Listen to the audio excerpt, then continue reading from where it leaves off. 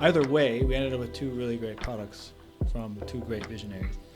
So this is a perfect time to segue into the next thing, which is talking about innovations that, at least at the time of conception, failed, or at least struggled due to being too early, arguably. And I will try to highlight what exactly the issue was for each of these. All right, the first place I like to go, which is one of my favorites, is the Apple Newton. This was, I think it was conceived in 1993. I'm not sure, because like ideas sometimes, I don't know like when it precisely started as an idea and when it sort of became a product. This was in the mobile computing sector. This was basically, I guess you could say, the first smartphone, I think people call it. But basically the issue with it was so the hardware itself was really clunky. Maybe I'll add a graphic to this. I'll add a graphic to this. And for the 1990s, it was ridiculously expensive. Okay, people complain now about how much smartphones are. I do this all the time. How, like, especially iPhones, how expensive they are, and the like foldable Samsungs. I think they're like phones are approaching the $2,000 mark if they haven't already surpassed it. But we're talking 2025 here, 2025. In the 1990s, $700+. Hopefully James is over there calculating how much that is now, or not. That's pretty expensive.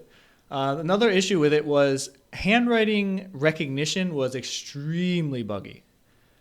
And because of this, it was mocked publicly. There was Doonesbury Comics and just a whole bunch of different mediums or media outlets that mocked the product itself. And another thing which we take for granted now is there was absolutely no wireless connectivity or any sort of digital ecosystem. There basically was nowhere for the device itself to live. Okay, this is again something that, like, to younger people probably wouldn't be able to fathom that being possible. So those are the reasons why it failed. But the core issue here, the reason why this product failed, is because the vision itself, as you know, we use smartphones now. The vision was solid, but the tech and the user expectations for it just wasn't ready for mobile computing. So there are multiple ways to look at this. You could say the Newton, which was developed by Apple, was created, and while it didn't really do well, it is sort of what led to the iPhone being able to exist decades later. But any company could have come up with both ideas. So that being said, it just wasn't the right time. That's the whole point of this segment here, is to talk about it wasn't the right time, and then inevitably it failed. $700, thanks James, in 1990 or in the 90s would have been equivalent to current day $1,500, so slightly more than 2 times the inflation. So I would say it's almost as much as smartphones cost currently, maybe slightly more. How much do you happen to know dollars? How much a iPhone, just a regular iPhone, would cost? I would say about around $1,000. Okay, so then I think even an Ultra probably only costs a couple $100 more than that. So $1,500 would have been, because the point here that is that it was expensive for the time, and so $1,500 now people would be like, no way, right? In a year or two, they're probably going to be okay with it, because that's the way the world's going. Are you aware of the Apple Newton, or what are your thoughts on that? I'm not aware too much of the Apple Newton. I am aware of a lot of things that happened before the iPhone, and I don't have much to say about that. I do want to bring up though that I think I remember someone saying that speaking from absolute value right now with smartphones, they're saying that smartphones are incredibly underpriced, and they would say, like, even if smartphones costed $6,000 now, people would still pay for it, just because of what smartphones have become. And I'm reflecting upon like its use cases and then the ecosystem as well. And I just would like to ask, maybe it's a little on the aside, but I'd like to ask what do you think about that idea? It was the so-called ecosystem that kept me away from Apple for years until recently. I just wanted to simplify things as a developer. So the first mistake I made was buying a MacBook Air, and then more mistakes ensued. I ended up getting an iPad, and now I'm continuing to use an iPhone 14. I don't see the benefits of this ecosystem. So I will first speak to the pricing.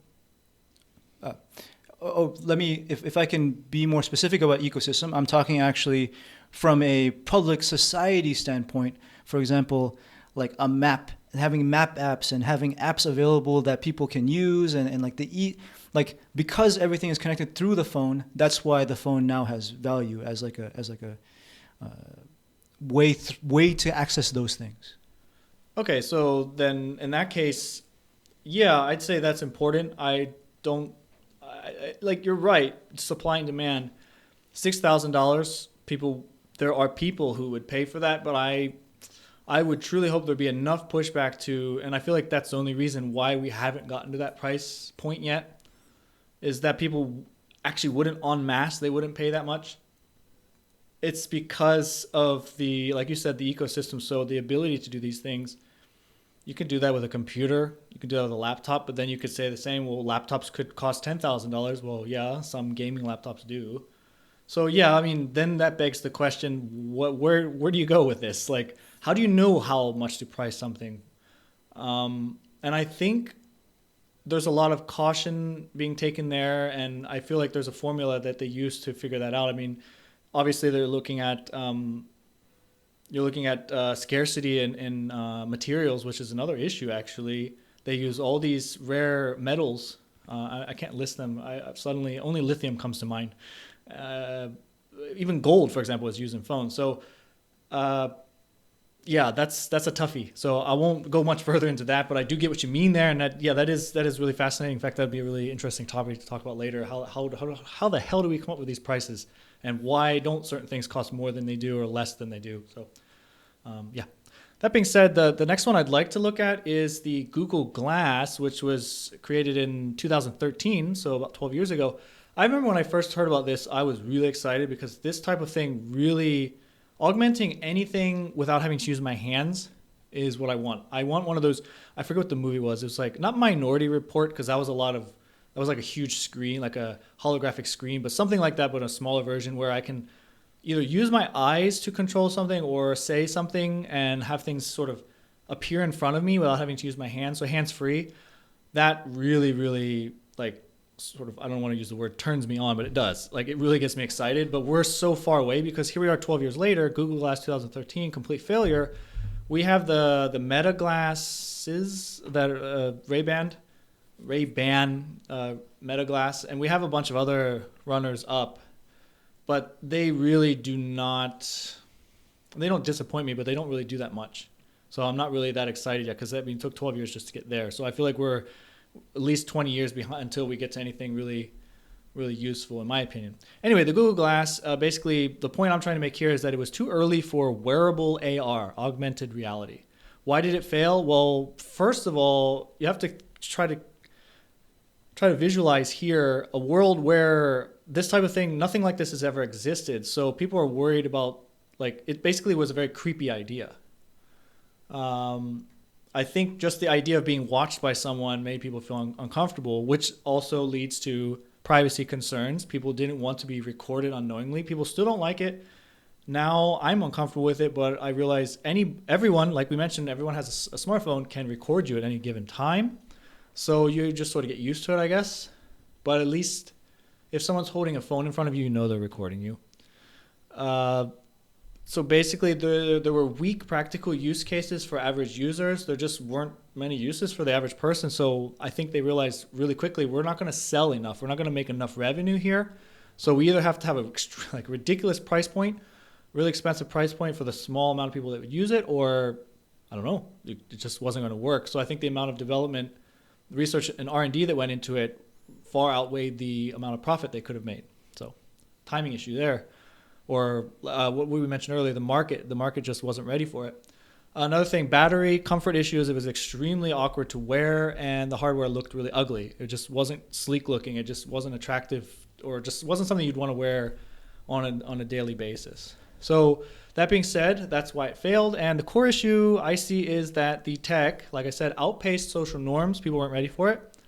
And the real world utility just wasn't there yet. So the culture itself wasn't ready. And so people saw surveillance more so than convenience. Thoughts? I completely agree with you, and I actually think that if the focus remains to be on the camera function and things like that, then it will still remain to have no real strong use case in the world. I think there has to be something else. I'm just thinking to myself right now that, yeah, sure, surveillance ideas. I mean, my sense is that surveillance has become less of an issue over time.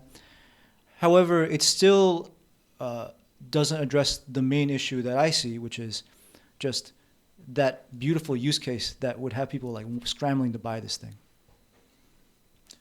Yeah. So I personally, I love surveillance. I like security. I like keeping things safe. I don't like the idea of walking around and just recording people. That's never ever my intention.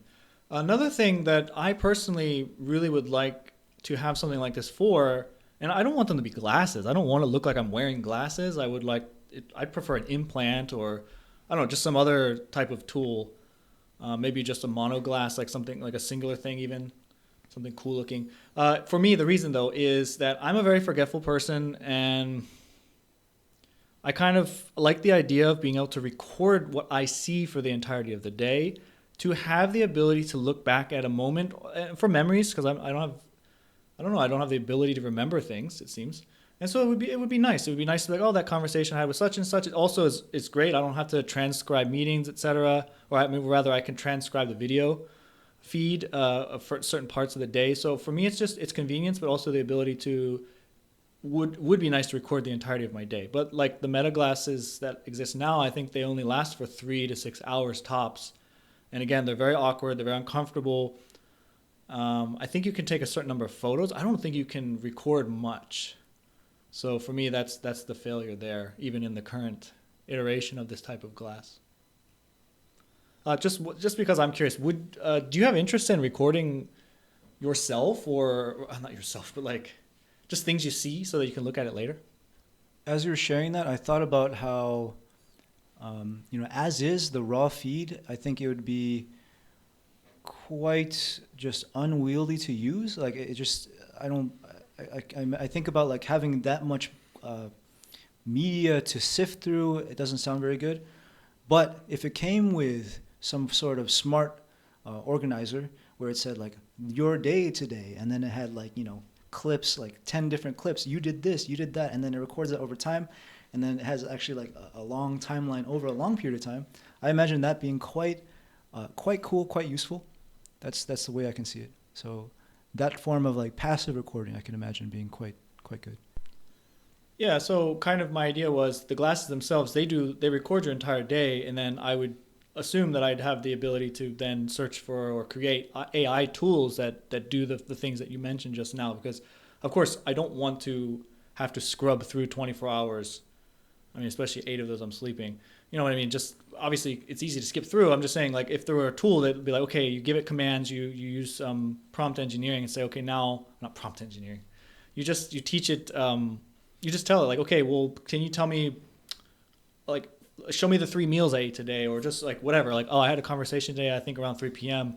Please transcribe that. Just give it commands and stuff. That'd be super cool. But it doesn't have to actually be a functionality of the glasses themselves. But that would be really cool. All right, so I'll move on to the next thing. Web TV. I'm thinking, what is that? Mid 1990s. Okay, so this was basically, the internet was new. Mid 90s, I think I just got my first computer myself. I've used computers prior to that. But basically, the internet was new, and TV's not new, right? But it was like internet TV. And so why did it fail? Well, this is a nightmare thinking about it. Internet was still dial-up at the time. I don't know who has experience with dial-up, but it was, I sometimes remember spending the entirety of the day listening to all those godforsaken sounds and never actually connecting to the internet. So if that was your way of watching TV, can you imagine now? People get pissed off if they have to wait for something to buffer for like a microsecond. So the idea is you're using dial-up, you're trying to stream, and this is media-rich content. So it's point being, it's a lot of content to try to stream over a dial-up connection. So it was completely impractical. So again, sure, you look at things now. Of course, we have way better than that even now. But like the timing would have been better 10 years ago versus the 1990s. Another thing, TVs weren't ready for interactive browsing. Again, if you had a TV back then, there was no user experience standard at the time, first of all, and the displays were horrendous. I mean, completely hit or miss there. I mean, you'd have all kinds of issues with the tubes, as they were called. And another thing, target audience, like the previous thing we just talked about with the glasses, non-computer users basically didn't understand the value. And while computers are standard now, there's still plenty of people in the world, 2025, that don't have a computer, believe it or not, or don't use computers on a daily basis. Or, I mean, smartphones maybe, but they don't use most of the functions. They use it for a phone. So the value wasn't there. Again, where's the revenue, right? So what's the core issue here? It basically predicted media convergence before the infrastructure and before the user demand existed. It aimed at the future, like the rest of these, but the internet was extremely slow and no one was asking for it yet. So that's another thing we have to listen for. You have to listen for people wanting something. Do you know what web TV is, or have you ever even heard of it? So I haven't heard of web TV, but I was there seeing the first few like attempts at solving this. Have you ever heard of TiVo? Yes. Yeah, we had a TiVo, and I think it actually solved. It's very interesting because TiVo, I think, was quite successful as a company. I don't know if it's still around, but I think like the use case is now gone. But it's a very interesting like bridge company solving the problem in between the internet TV and the TV before the internet. And I think it actually aimed to solve the one thing you brought up, which is like what is the user experience for this, and then they solved that quite well. And then that's like all they solved. So I find it interesting, kind of like thinking about like building out the timeline that was required to get to the place we are now, which we have smart TVs now. So we've succeeded. Like the use case has been successfully, or the problem has been successfully solved, I would say.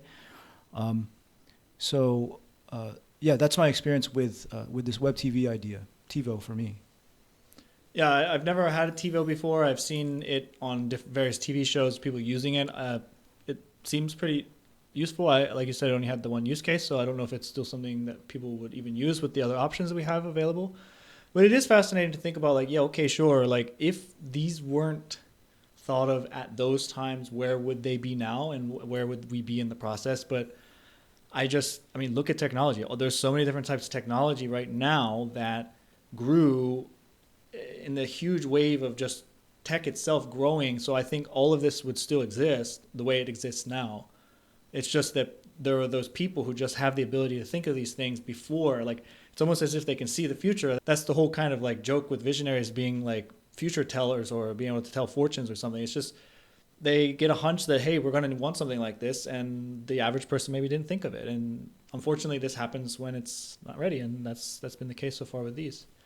So another one, which is, man, I remember growing up as a kid, like VR has been around for ages. That's why I think it's so crazy that even now it's still really, well, it's really doing well, sure, compared to then. But I mean, even up until a few years ago, like VR has been just absolute trash. And can you imagine, like, I mean, the 1990s is like 30 years ago, right? At least.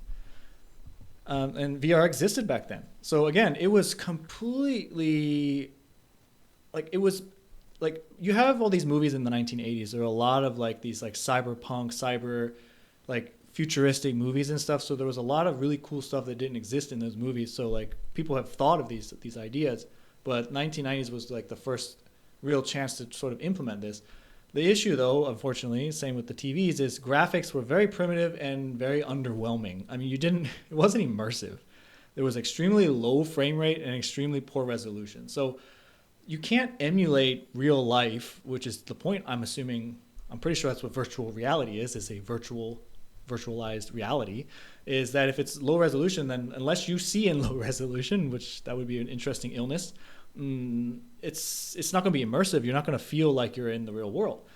Another thing, the hardware was extremely heavy and, again, extremely expensive. And I feel the same way now about VR, but it was nausea inducing.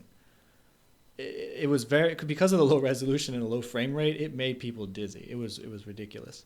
And another issue was there was no content ecosystem, and there weren't, like I said, there weren't any compelling games or any compelling activities to do due to the low frame rate and poor resolution. So overall, the core issue here, the experience didn't match the promise. And that was the thing. Like, this was hyped up so much, again, with movies and commercials and just all these products and stuff. And the tech itself was just decades behind this imagination, this dream. So referring to the movie The Matrix, it was The Matrix in marketing, but a pixelated headache in reality. VR experiences. I think you own some sort of headset. I've used one like once or twice. I get really dizzy and I don't use it again. What's your experience with VR, and are you familiar with the older or the VR of the 90s and the early 2000s?